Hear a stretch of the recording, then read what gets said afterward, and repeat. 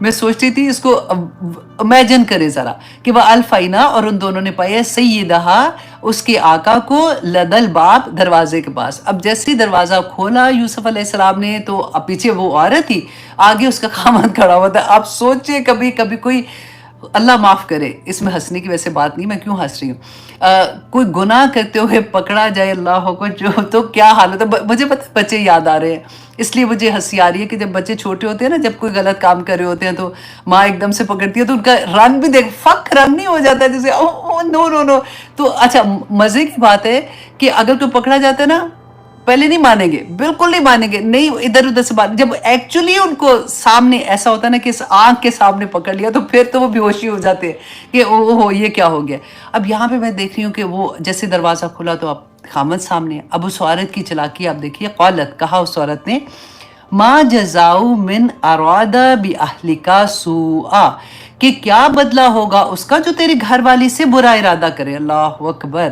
الا مگر یہ کہ ان یسجنا او عذاب علیم, یا اس کو قید کیا جائے یا اس کو دردناک عذاب دیا جائے, یہ تو اس کو تم سزا دو اس کی. اب دیکھیں یہاں پہ ایک اور سبق ہمیں ملے گا کہ یوسف علیہ السلام نے کیا